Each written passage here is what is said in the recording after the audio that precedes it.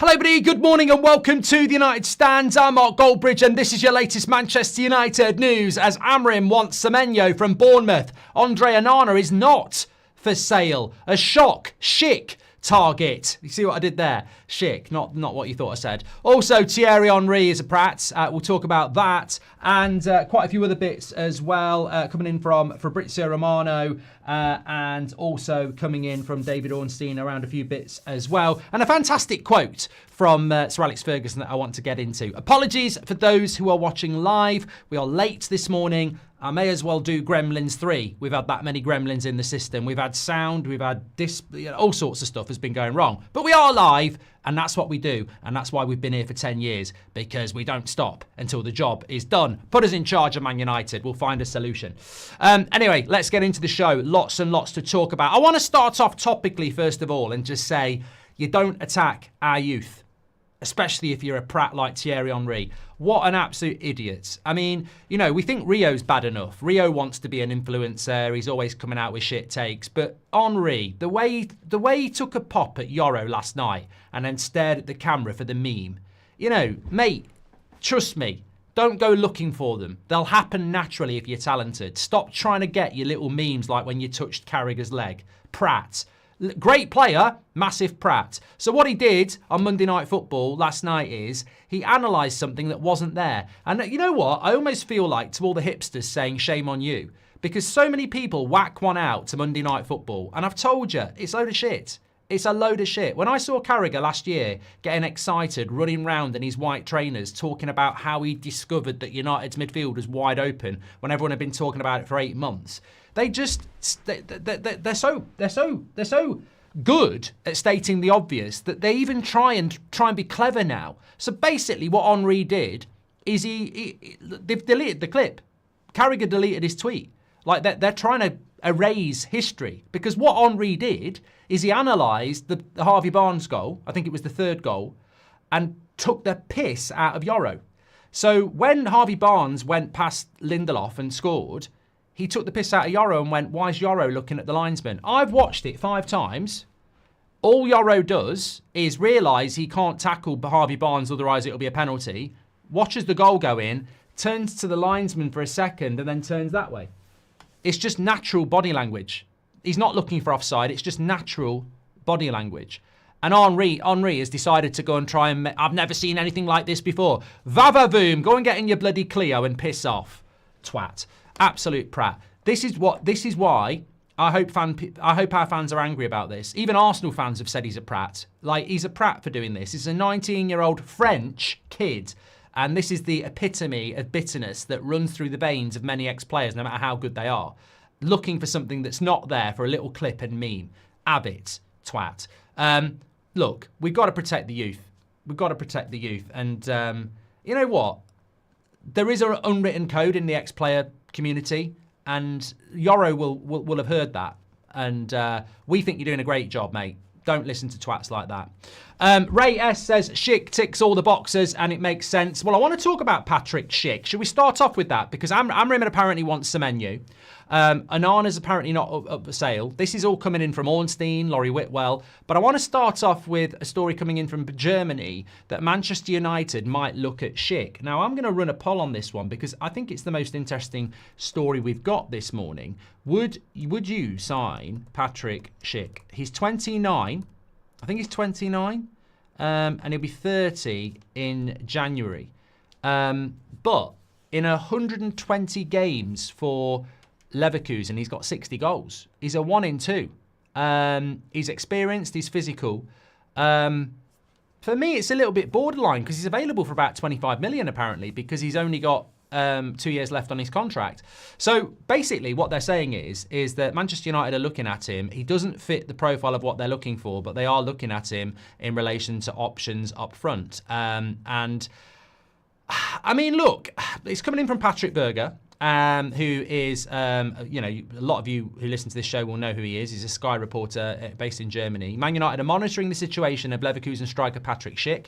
Man United are in the market for a number 9 and prefer a younger profile, but Schick is also considered interesting. Initial contact was made, but nothing concrete so far. One of many names on the list. Leverkusen would demand between 25 and 30 million euros. That's cheap. The Premier League is his preferred destination despite interest from Saudi club. I mean, it's just so cheap. And I don't like cheap, but it's cheap for experience. That's the interesting thing. Cheap for youth, I'm not so sure about, but cheap for experience. What I'm saying is, some of you want to sell Rasmus. If you got Schick and Delap, okay. I can deal with that. I want Rasmus to stay, but if we're getting Delip and Schick, I'm okay with that. I need a younger and an experienced striker. That's what I need. I don't need one young striker or 2 young strikers. So it's an interesting one for me.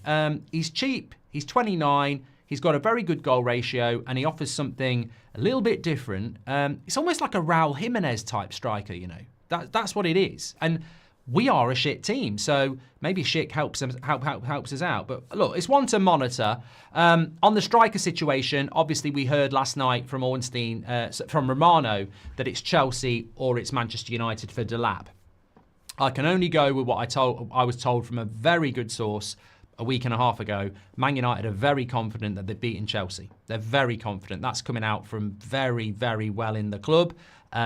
From a week and a half ago. They're very confident they beat Chelsea. They see Chelsea as their big rival this summer. I don't know why, but they're very confident that they've beaten Chelsea to Delap and Chelsea won't be able to get him. And a lot of this comes down to Jason Wilcox, who is pushing this deal and has a relationship with Delap. Not that type of relationship, by the way. Nothing wrong if they do. You know, they're both... Anyway, my point is good relationship from a football point of view. Stop digging holes. So United are convinced they've got Delap. Now, I'm not happy about it. I'll support the player, but it's not the striker I would go with. I don't think we're going to be in much of a better situation with Delap, to be honest with you. But United are very confident, and Wilcox is basically staking his reputation on this. He believes he is the guy that's going to change everything at Man United, and they believe they will get that deal done. So we'll have to wait and see, but I think it's going to happen. Does Amorim want him? Amorim wants Gyökeres Osimhen. Who wouldn't? He's not stupid, but, you know, if he can't get Gyökeres and Osimhen and he's being offered Delap over some other alternatives, he'll take Delap. Of course he will. The problem is we're not getting the best we can get. If we can get Schick, go for him straight away, says Liam. 54% of you would go for him. I liked Patrick Schick about 3 years ago. I've got to be honest. That's when I would have looked at him at Man United. Now, I think he is an experienced player. He could probably give us 3 years. If you've got a 22-year-old, they'll be 25. I mean, look, what I'm looking at here is experience. If you give me a striker that can give us 3 years, and then the younger striker is mid-20s, they're experienced, and then you have another younger striker. So that's all I'm looking at. It's just a pathway. You give me a striker for 3 years who's in his prime, I'm fine with the 22-year-old, whether that's Rasmus, Delap, whoever. Because in 3 years' time, they'll be 25 and they'll be the experienced striker. And then you have another young one coming through. We've got to start the conveyor belt. So I like the idea of an experienced striker. Now, ideally, I want Gyökeres or Osimhen, but I don't want to just go with the youth. So I don't mind this deal. I just don't... Obviously, I don't think it will happen, but if you get Onana out, lifetime supply of lasagna, says Parker. The media will try to get Amorim fired, and we need to protect him, says Jay. Schick ticks all the boxes, and it makes sense, says Ray. We'll get your thoughts in there, everybody. Thank you very much who's tuning in this morning. Let's talk about Semenyo, because this is coming in from David Ornstein. Ruben Amorim is very fond of Semenyo. Bournemouth would want in excess of £65 million. Now, I did a watch-along last night for Fulham Bournemouth, and Semenyo scored in the first minute, playing off the right-hand side. I watched him play against Man City, and he played off the left-hand side. We don't play with those types of wingers unless we were going to use him as a wing-back, which I don't think we would. So where would Semenyo actually fit into this team? Is he a player that can play in the number 10 position? Is he, we've got two of those, or would he play out wide and have to do defensive work? That's the interesting thing about Semenyo for me. Where do you think he would play? Would he play wide, having to do the wing-back duties, or would he play in behind the striker? it's coming in from David Ornstein. So, look, I think David Ornstein and Fabrizio Romano, in a world where at the moment we're getting aggregators posting tweets, transfer stories. Have you noticed this as well? I even replied to one today. I was like, with all due respect, why have we got a massive increase in, Twitter accounts, faceless Twitter accounts apparently telling us stories from Manchester United? And can I just say as well, there was a big story yesterday that went out that Manchester United cancelled a load of meet and greets because Amorim was so angry. What did I say on the show last night? The meeting that took place was Amorim not happy with the result, but he didn't cancel the meet and greets. So just be very careful about people who are trying to make out that they're getting information but won't tell you the name. Apparently this, apparently that. We had a physical altercation after the match on Thursday, which never happened. And now we've had Amorim was so angry he cancelled meet and greets with kids, which he didn't. So there's a lot of shit going out there at the moment. So when people say Ornstein's talking shit, I'll take Ornstein and Romano because they're the only two people I know that get information out of the club. Everybody else is just, I think, making it up, to be honest with you. A fellow Pratt YouTuber is already manager out. What do you think, Mark, says Tony? Man's got to eat. Man's got to eat.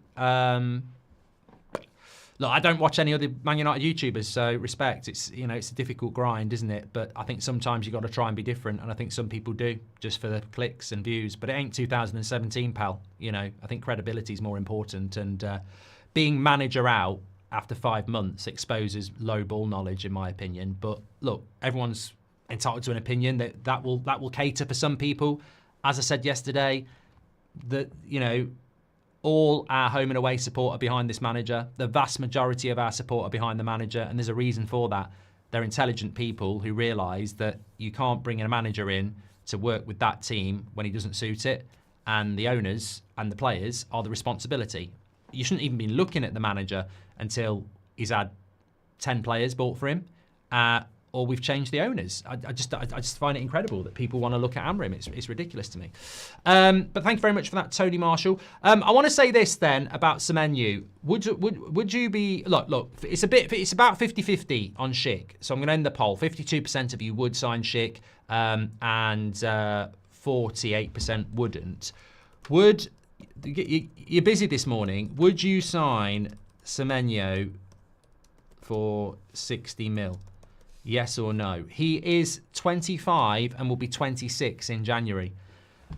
I don't think he fits the profile of what Man United want to spend £65 million on straight away. That's my answer. I've seen quite a bit of Semenyo, and I do like him. And playing for Bournemouth, he's got the right attitude. I think if you play for Bournemouth, Brighton, Fulham, Brentford, you're going to have the right attitude. And I would be looking at any player that they've got that's got the potential to go to the next level. So I do like Semenyo in relation to what he's done at Bournemouth. But for 65 million, I think that's a lot of money. I think it's a lot of money. And I wouldn't go near it at that price because I think 65 million is too much. I think he's a £40 million player. And people will say you're having a laugh. Bournemouth, no, I am. Maybe I'm having a laugh. Bournemouth can ask for what they want. But, people like Jota left Wolves for 40 million quid. I know what did Chelsea play for Neto? 60. Stupid. I think these types of players aren't worth 60 million pounds. I think if you've done it at Wolves or Bournemouth or Brighton or Brentford or Fulham, really, you should be topping out at 40, 50 million pounds, not 60, 65. Brighton have done very well to get 100 million for Caicedo, etc. But I just think that's too much money, and I wouldn't pay it because there is a risk. I think our thumbnail says huge risk. Like Schick would be a risk. We're going to have to take risks, of course. We shouldn't avoid risks, but I like the look of Semenyo, but not enough to spend £65 million on him. I also don't think the club will either. I think they've made it very, very clear that they don't really want to spend that amount of money on anybody, especially, look, he's the wrong side of 21 for a start. So Jim ain't going to go for anybody at that price who's over 25. So I think there'll be better options. I agree with Hassan. I think there'll be better options out there that we trink out a lot cheaper. I think there's players in Europe that you could get for 30, 40 million pounds. Taking nothing away from Semenyo, but I just don't think he's the sort of player that we can spend that amount of money on, if I'm being honest. Trey says, I'd rather go for Kluivert. He will cost a lot of money. He will cost a lot of money, to be honest with you. Okay, so next one. Let's talk about Onana. So this is really interesting this morning. So I'm going to read this out. And look, in the international break, the same source that told me about Delap a week and a half ago told me that Amorim has had enough of Onana, wants him out this summer, likes him as a person, but it's not his guy, he doesn't trust him, and he wants his own goalkeeper in. But we also said, that's one thing, but can Sir Jim, Joel, and everybody else sell Onana? Because Mourinho's been in this position. I don't want Anthony Martial. I want my own guy. Well, we're not selling him. So what Amorim wants doesn't mean it will happen. Now, interestingly, this morning, this has come out. I've had a few people message me. You're absolutely spot on to message me. It's absolutely fine. So basically, Laurie Whitwell in The Athletic has said the position of the goalkeeper has not been on the agenda for Manchester United to this point. Striker is the priority, plus perhaps another attacker, a midfielder and a wing-back. But faith in Onana is eroding due to mistakes in pivotal moments. I think, in my opinion, that is not surprising considering what's going to happen on Thursday. I think that is PR from the club through a journalist that, you know, has a good relationship with the club to put it out there. A bit of positivity, Laurie. A little bit of PR positively around Onana would be appreciated at the moment, because we need to try and win the Europa League. And our goalkeeper is getting it from all angles, not just on the pitch, but off the pitch as well. So if we can put it out there that, you know, goalkeepers may be something for the summer, but not a priority at the moment, it just calms the story a little bit. And I get it. I understand it. But trust me, Amorim wants to replace this goalkeeper. We all know he wants to replace this goalkeeper, but he can't do it till the summer. So I just feel like that story is not surprising. I get it, but it's just it's a treading water story, isn't it? It's like, we don't really want to talk about Onana till the summer because we've got big games to come in at the moment. So I'm not worried about that. You know, the only thing I would say is his book value is apparently 26 million. So even if Amorim wants to get rid of him, he's probably going to get Barada or somebody coming back to him saying, Ruben, we haven't got enough money to get rid of him and replace him, so what's your other priorities? Because, you know, we're Manchester United, we can't do what needs to be done, we do what we can. So we could well have Onana as our goalkeeper next year, but there's no way that Amorim wants him. He is not the guy that he wants, it's Ten Hag's guy. So look, I'm not too worried about it. I think it's very obvious that Manchester United is a shit show. And even if a manager wants to get rid of a player, he might not. Jim's Red Devil, welcome to Members Club. Appreciate that. Yeah, so 75% of you would not go for Semenyo. 25% of you would. I'm surprised it's that high, I've got to be honest, but I can sort of understand why in a minute. Just on the goalkeeper, by the way, Romano said if Onana goes, Man United are likely to go for a younger goalkeeper. We shouldn't be surprised by this. I mentioned this probably last November. Even if we keep Onana, we should be going for a younger goalkeeper that can be a little bit like De Gea. You bring them in, potential to be world class, and they develop here. Some people don't like the idea of that, but ready-made costs a lot of money for a goalkeeper. The market's not that big. So someone like Costa is going to cost you 50, 60 million pounds, which we don't have. We're going to have to look at goalkeepers in, you know, lesser glamorous teams, maybe lesser glamorous leagues, who have the trajectory to be the next Oblak or the next Raya or the next Alisson. And you bring them into Man United and you nurture them. And I know some people don't like that, and it sort of goes against what I think we should do, but our goalkeepers are making mistakes anyway. Chevalier would be a good one, or maybe Trafford, says Melchart. But we're not poaching Kelleher, 1 inch wonder. We're not having a Liverpool player. But our goalkeeper's making mistakes anyway. So a younger goalkeeper with a trajectory, I think we'd be more comfortable with. So yeah, I don't think there's any surprise with that. And of course, we already know the Wilcox, Sir Jim, Barada approach is buy young anyway. We're not wanting to spend money. Suzuki won't be cheap, and I don't think Suzuki's as good as people think he is. I think people need to do a bit of research on Suzuki, because I got sent a fantastic article from a Parma fan on the weekend, and I'd be worried about Suzuki based upon what they said to me. If we do not buy at least 3 midfielders in the summer who can actually play football, we will finish below 10th again. You heard it from me first, says Tusha. I wouldn't be so focused on the midfield, mate. I think there's a few other areas as well. Leicester goalkeeper, says Thunderbolt. A lot of people talk about the Leicester goalkeeper. Kepa at Bournemouth, no way. No way. Wouldn't go anywhere near him, Neil. Kuna is talented, but has a bad attitude and poor discipline, says Tommy. Most Wolves fans can see it. Would you want another player with a poor mentality? I've spoken about Cunha many times, Tommy, and I quite like that. I quite like the fact that he has that edge to him. I think we need some of that. We certainly need a player that knows the Premier League, that's experienced, that's hungry, that's passionate.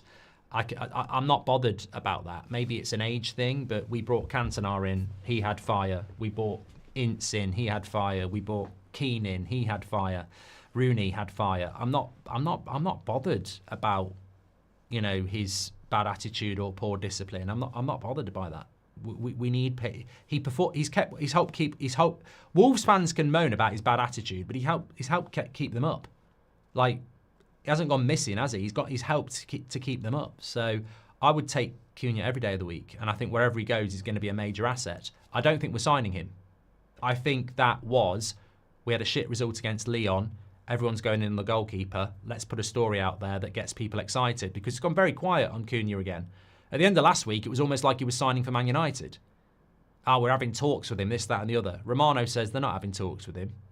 And it's died. It's just the whole story's died, as I thought it would. But I'd love him at Manchester United. Simon or Lunan, says Papa Green. Don't really mind. Don't spend a lot of time analysing goalkeepers to that extent. Good day to you, Mark. Mr. Goldbridge, says Ike. Good morning, pal. Wally, welcome to the Members Club as well. Appreciate that. Appreciate that from Tusha as well. There was a great quote, actually. I'll read you this out. It was on United Stand this morning, and it just encapsulates everything. It should almost be on the wall of every major player at Manchester United. I don't mean players. I mean like Sir Jim Ratcliffe, Jason Wilcox, etc., etc. This quote for me was just absolutely spot on. Sir Alex Ferguson from many years ago. You can't go to war with just one rifle. You need an army. It's the same with football. You need a squad. And I look at that Man United side at the moment, and the only rifle we've got that's probably reliable is Bruno. We've got a lot of learner drivers, and we've got a lot of people that aren't good enough. And this is the problem with Man United. You look at Newcastle at the weekend. We're facing an army, and we haven't got enough. We haven't got enough, and you're not going to find it with people under 22. We need to bring in experience into that team to start building a team that can fight. And then when the younger players see people that lead by example, they'll learn quicker as well. At the moment, we're asking, apprentices to go on the pitch and fight against experienced teams, and that's the big problem with Man United at the moment. I mean, I don't think there's anybody out there that doesn't get it, apart from the owners. Patrick Lynch says, look at what happened with Amas on Sunday. That wouldn't happen with someone like Cunha on the pitch. We need players with a bit of bite. I still look at that clip and think it's disgusting. Really disgusting. I mean, I'm not going to individualise it, but I think if I was a senior player for Manchester United on the pitch on Sunday, watching back what Shah was doing to Amas, and Yoro was the only one who came and did anything, I'd be a bit ashamed of that. I mean, I don't know who was on the pitch at the time, but there's players that should have stepped up to the plate there and done something about it, and they didn't. Get these owners out. We deserve better, says Irish Whiskey. Thank you very much. Ramsdale could be a cheap option, says Achu. Cheap options. Always the words that get me excited. Cheap option. Yeah, I just love the idea of a cheap option. Yeah. Just nothing gets me more excited in the morning than the thought of United signing a cheap option.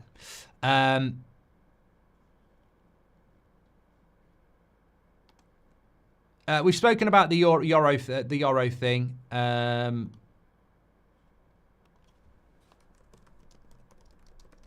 Sorry, I've just got to send this message.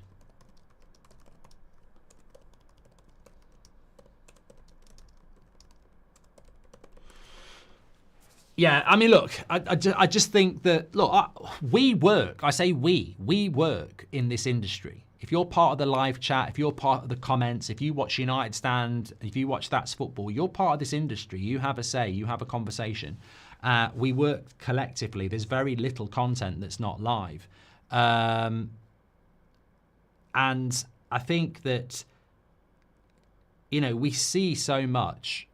I'll see a clip from Rio Ferdinand or whoever, and I'll go, yeah, someone's told him to say that. He's desperate for views. I watched that Thierry Henry thing last night, and it's just so ill-advised. And fair play to Sky for deleting it, because they missed. They missed massively. I think they thought, Thierry, pull a funny face, go in on Euro. Everyone will go, this is why we love Monday Night Football. Get really great insight that's just beyond everybody else's comprehension. Look at us, we're all so stupid because Sky Monday Night Football is just so amazing. I don't think Monday Night Football is that great. I think it's a programme that's watchable on a Monday night when there's not much else on. But I think most of what they talk about, you talk about months in advance. And the Euro thing that with Henry last night was just, was the icing on the cake of just how arrogant the mainstream has become, that they think they can go looking for stories that don't exist. I mean, just watch the goal and watch Euro. He doesn't do anything with his head that's wrong. He goes there and there. He literally goes linesman and then there.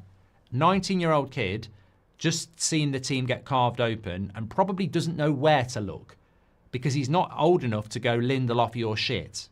That's what he should be saying. And then you've got Thierry Henry going in on him. I watched that bit and I thought, it's amazing to me that Thierry Henry has watched Lindelof do fuck all again and decided to go after a 19-year-old because he may or may not have looked at the linesman. I mean, it's just a ridiculous analysis looking for something that's not there. And fair, I'm glad he's getting called out for it because great player, massive prat, arrogant as well by the looks of it. I mean, can you imagine Thierry Henry at 19? He wasn't that good. Imagine him getting torn apart by, Zidane or someone like that. They're probably around the same age, aren't they? Edward V says, what are your thoughts on Jonathan David, Angel Gomez and other free transfers, keeping in mind our owners won't spend beyond a budget of 3 or 4 players? It's one of those, mate, isn't it? I mean, I think people like Angel Gomez and Jonathan David improve the United side at the moment, but to what point and how many years do they stay? That's my take on it. If you bring Gomez and David in, do they improve Man United today? Yes. But they're not here for a year. They'll be here for 3, 4, 5 years. And in 2 years' time, when you're back in the top 8, do they take you to the top 4? And if they don't, you're stuck with them for 5 years. So I don't agree with the mentality of let's buy a player for now that improves us a little bit now. Because why? Why do that? Why not go for players that improve us today and for the next 5 years? Like that's how I look at it. It's just very desperate. It's the attitude of an Everton. It is. And I know we keep mentioning Everton, but how many players have Everton bought who ultimately might improve them a little bit now, but will be there for 5 years and won't make them a top half team? And I don't want to name names at Everton, but they've bought plenty of players that will keep them up, but won't take them into the top half of the table. Oscar, welcome to the Members Club. Danny Bourne says, Semenyo is a good player, but if we have 60 million to spend on a player, it should be Gyökeres or Osimhen. Definitely need to prioritise specialists. I don't think we're going to get Gyökeres, mate. I think Arsenal have got that on lockdown, and fair play to them. We've missed the boat on that. And let's not forget, Kenda has gone to Chelsea. That was a player we should have got. Gyökeres is going to Arsenal. It's a player we should have got. I think where we are now, we have to accept it, but I don't think that was a position we should have put ourselves into in February or January. We've We've just not acted upon those deals. And you're telling me that Ruben Amorim left a fantastic sporting side that could play his football, and he came to Man United and went, yeah, don't get me any of that shit. No, I've made my career off them, and it's one of the best teams in Europe that suits my system. But yeah, don't get me any of that shit. Yeah, I actually want Delap. The funny thing is, I actually do want Liam Delap. I've been dreaming about Liam Delap being my striker while I've been at Sporting. I don't even want Gyökeres. Let Arsenal have him. Kenda, fucking hell, I'd rather have a Kenda surprise. Yeah, it's Glazonomics at play here. S7 says, if we get relegated, that could force the Glazers to sell, as we won't be making enough money to buy. We're not getting relegated, S7. So you can't get relegated in a league that doesn't have relegation. We don't have relegation anymore. It just doesn't happen because the championship sides aren't strong enough to stay up. Just look at the situation going on.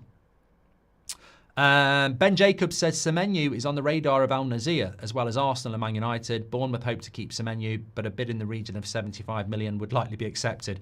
God, what a rubbish story!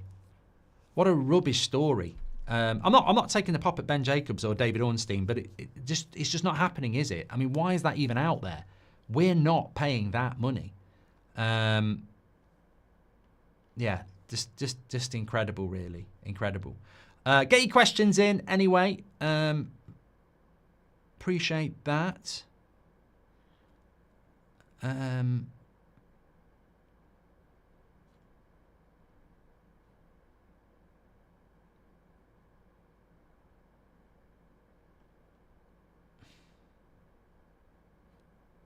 What's this? Betis will not pay the Euro penalty agreed with Man United as Anthony has met the conditions by reaching the 15 matches he was required to play as a starter. United can still receive a bonus if Betis qualify for the Champions League or win the Conference League. Okay. The fact that he's doing well, I'll take that.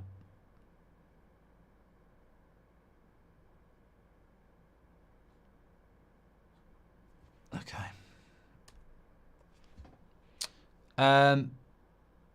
Reese Gregory says, do you think, in your honest opinion, worse is to come in the next 3 or 4 years?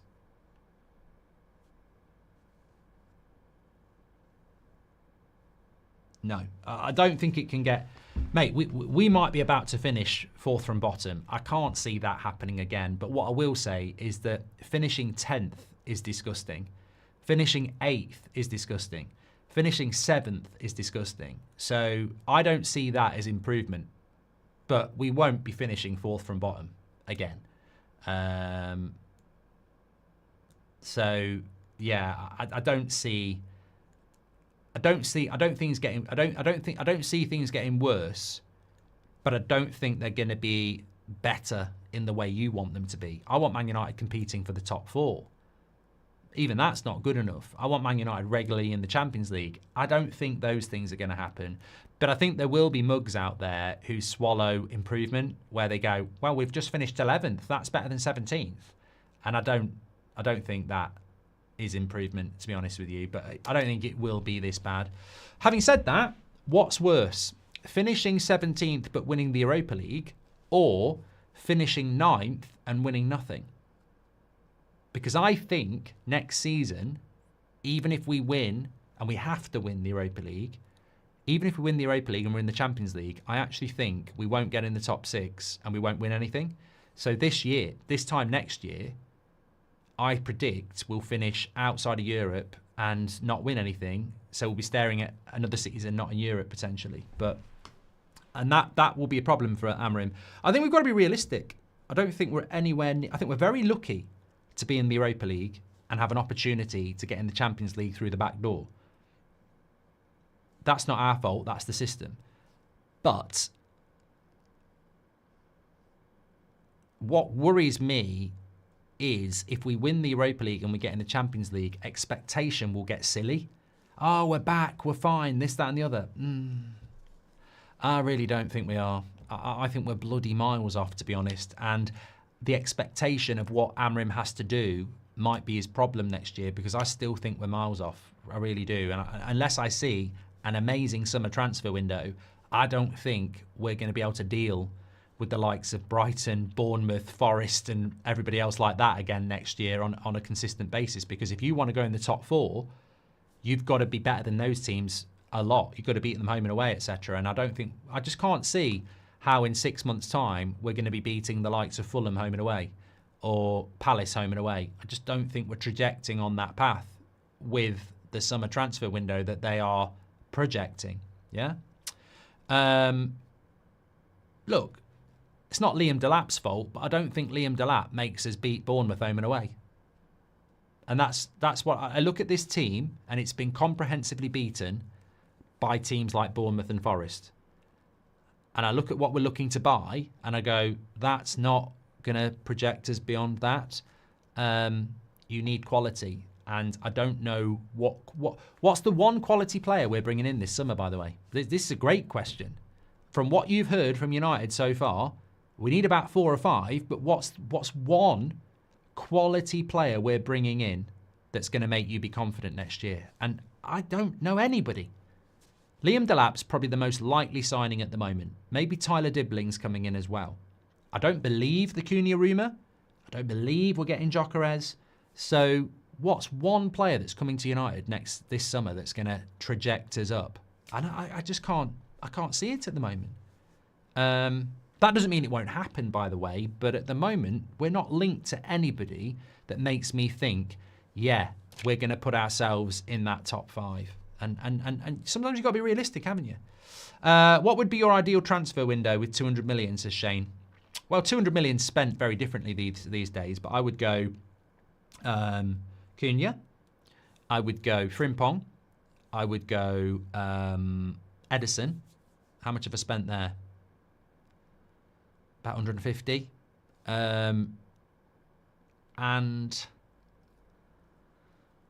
I need a striker, don't I? I mean, oh God, 50 million's not going to get me what I want. You know, maybe I'd look at someone like Lookman. I don't know why people aren't talking about him. You know, there is a level of experience there with someone like that. And maybe I would look at someone like that. I just can't say the words Liam Delap. It worries the shit out of me because 1 year in the Premier League and, you know, Charlie Austin scored a lot more goals than Liam Delap in his first season in the Prem. So I worry about that one. But they're all experienced players I'm linked to as well. Anyway, thanks everyone for watching this morning. Really, really appreciate it. I'm over on the Football Terrace actually in about 10 minutes. We do this show, me and Terry, where we look at clips from the weekend from the mainstream. So I'm sure we'll be talking about Thierry Henry if you want to join me over there. Tusha says about 50 goals in the Prem gets you around 10th, and we don't even have 30 in the team. So yeah, we'll finish below 10th for at least next 3 seasons. Yeah, you've got to look at where we're projecting. I completely agree. Alvaro for left wing back. We can't get away with just Dorgu, says TK. Yeah, mate, we're so short. We're so short on players all over the pitch, aren't we? I mean, we haven't solved the left back position. You're right. We've only got one player. Luke Shaw's can't do it. Thanks everyone for watching. I'm on the 2 o'clock show today. It's Beth's day off, so she's had a busy week being in Lyon last week, and obviously we've got Thursday as well. So I'm on the 2 o'clock show today. Might do the preview for Lyon. We'll see what the news breaks. But thanks everyone for your patience this morning. If you watched live, really appreciate it. Let me know where you're watching from. Big up everybody who's tuning in. And I'll be back with you at 2 o'clock. Take care, stay safe, and I'll speak to you all soon.